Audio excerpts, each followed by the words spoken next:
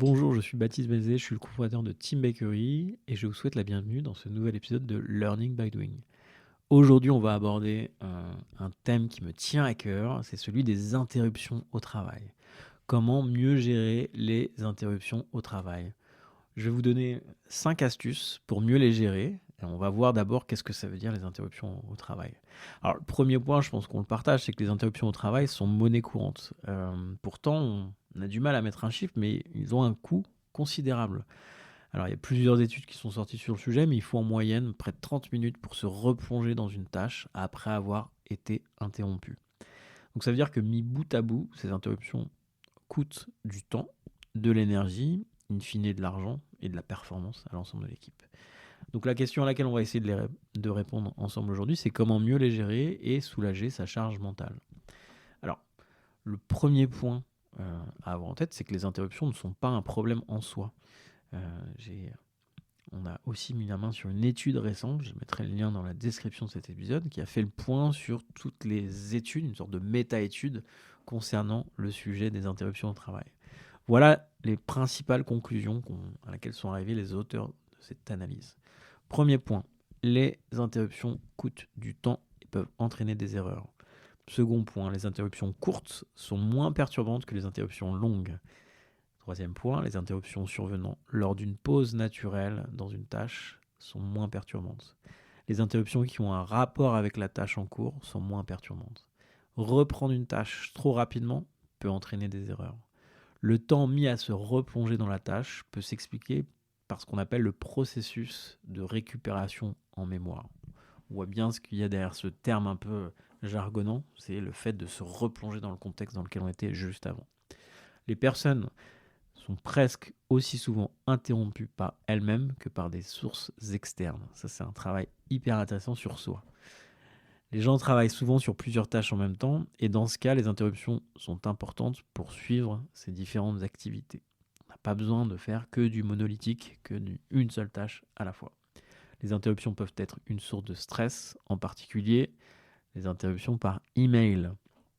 Et enfin, la dernière conclusion, les interruptions peuvent donner l'occasion de faire une pause et les gens font des pauses plus longues après avoir travaillé plus longtemps sur une tâche.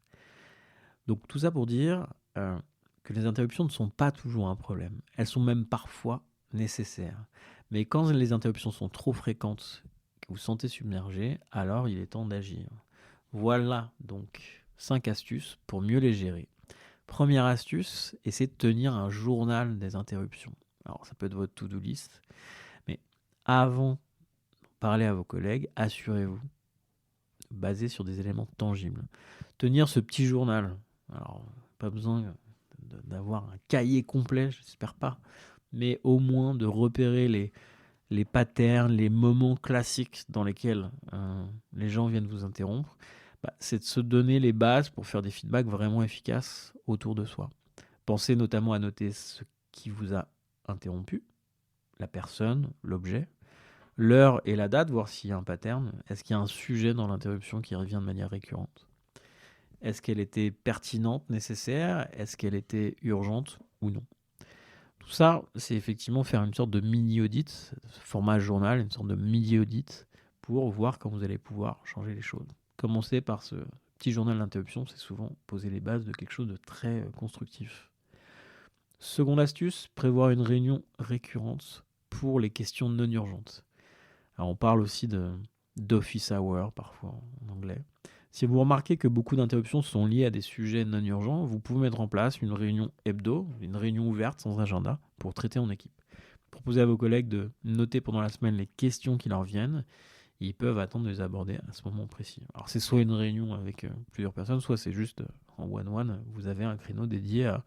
Les gens peuvent venir vous déranger, vous êtes à un endroit connu. Voilà. Vous serez d'autant plus efficace durant cette session et vous libérez à la fois votre charge mentale et celle de vos collègues. Troisième astuce, vous pouvez aussi utiliser en asynchrone votre agenda pour préciser des plages dispo ou non dispo. C'est une fonctionnalité souvent sous-cotée, alors pas vraiment une fonctionnalité, plutôt une habitude sous-cotée de son agenda. Ça permet juste de donner de la visibilité, c'est-à-dire que c'est des créneaux sur lesquels on peut poser des meetings, on peut poser des créneaux, mais on sait a priori quand est-ce que les gens vont être ça oriente en fait la disponibilité, quand est-ce que les gens vont être un peu plus disponibles pour nous. Et c'est faisable au bureau comme à distance. 4e point, savoir dire non sans froisser. Alors, c'est sûr que un point essentiel du travail en équipe, c'est la communication.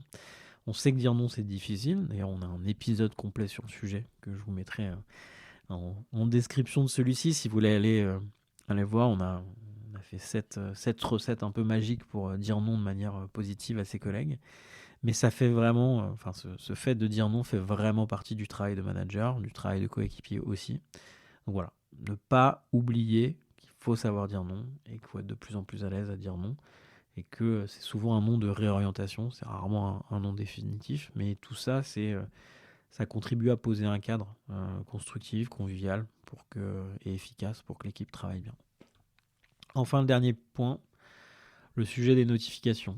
Bien configurer ses notifications. Alors, tout comme la configuration de son agenda, bien configurer ses notifications, c'est quelque chose de crucial pour éviter à la fois les contacts hors horaire de travail ou des interruptions pendant des sessions de deep work où on est vraiment concentré. Pensez à faire plus que jeter un œil, passer un peu de temps sur les réglages de notification de vos différents outils. Je pense à votre téléphone, je pense à votre chat interne, ça peut être Teams, ça peut être Slack, je pense même à vos emails ou à Outlook. Moi, je vais même un petit peu loin, vous pouvez utiliser le mode travail ou ne pas déranger par défaut sur votre smartphone, sur vos différents outils. J'ai tendance, moi, à mettre par défaut toutes mes notifications en off et à réactiver de manière proactive sur mes sujets chauds du moment, sur mes projets chauds du moment, un niveau de notification plus intrusif parce qu'effectivement, il faut que je sois réactif sur ces sujets. Mais ce qui me permet de rester concentré la plupart du temps.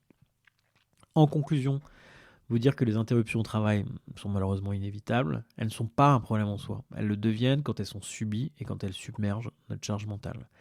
La clé réside donc dans une sorte de gestion stratégique ou tactique des interruptions, en les observant, en repérant donc les motifs, les patterns, les mauvaises habitudes qu'on a prises ensemble. On va pouvoir mettre en place des solutions efficaces pour gagner en sérénité. Alors, il y a un point essentiel, c'est de communiquer et d'en parler avec ses collègues pour diminuer notre charge mentale et celle de notre équipe. Voilà pour cette semaine. J'espère que ça vous sera utile. Si vous voulez recevoir d'autres conseils de ce type-là, je vous mets en lien et en description de cet épisode un lien direct vers notre newsletter pour recevoir chaque semaine un conseil pratique pour mieux animer son équipe. Voilà, je vous souhaite une très bonne semaine et je vous dis à très vite pour un prochain épisode de Learning by Doing.